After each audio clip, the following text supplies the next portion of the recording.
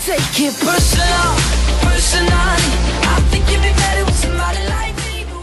My name's James McVey, I play guitar in a band called the Vamps, and this is my chat with Spindle Magazine. Personally, I think you'd be better with somebody like me, but worst of all, I think if I could give myself, a younger version of myself, advice on state of mind, on life in general, I think it would be to embrace the moment and be willing to accept emotion and recognise that it's okay to not be okay sometimes. I think there's a general consensus that like being in a band is incredibly awesome all the time, and it's amazing. Like it's definitely it's the dream. Like it's the dream job.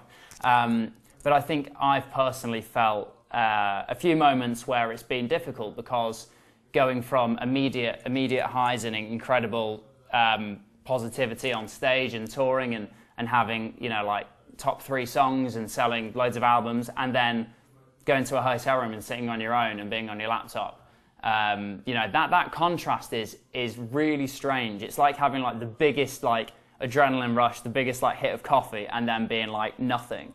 And that's really weird to deal with. And I think that in conjunction with me having some wrist problems and not being able to play guitar for quite a few months, it kind of put me in a strange place that I didn't really understand. I felt on edge and as though I wasn't really contributing to the band because I couldn't write any songs because I couldn't play guitar. I was in a weird position that I'd never been before. Like I was very lucky that for our first album, we, you know, in the Vamps we write, and that's what we do. But in the first album I was very much involved. There were songs that I had written when I was 14 that were on that album. But then for the second album of the Vamps, because I couldn't play guitar, I really felt that I wasn't contributing as much as I wanted. I didn't feel a part of the album, and that kind of, initially that meant that once the album was out and we were touring the songs, I didn't have that personal connection with the songs. Like I really liked the songs and I thought the other boys did a great job, but when I personally wasn't emotionally invested in the songs, I felt myself kind of drifting away from the band, and there was nothing that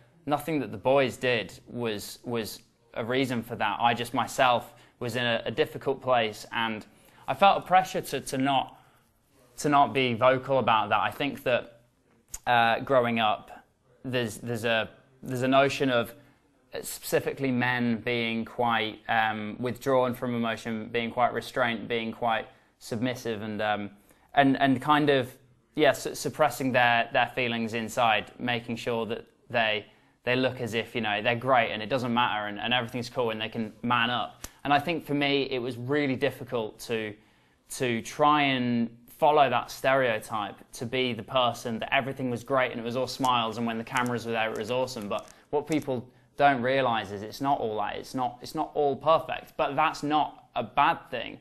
I think I wish that I could tell myself back then that it's absolutely normal to feel you know, negative about things, and then if I'd done that, then I'd be able to speak about it. You know, eventually I was very lucky. I was at breaking point with the band where I was close to walking away, and eventually I found the strength to open up to people around me, like loved ones and Brad especially, and that action of speaking really helped me.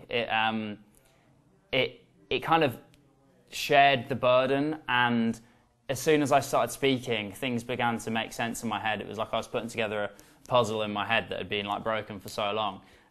So yeah, I'd say to a younger version of myself, just embrace who you are. Don't try and be someone that you're not, whether it's musically or personally or whatever. And recognize the importance of being emotional, because emotionless is not something that's human or real.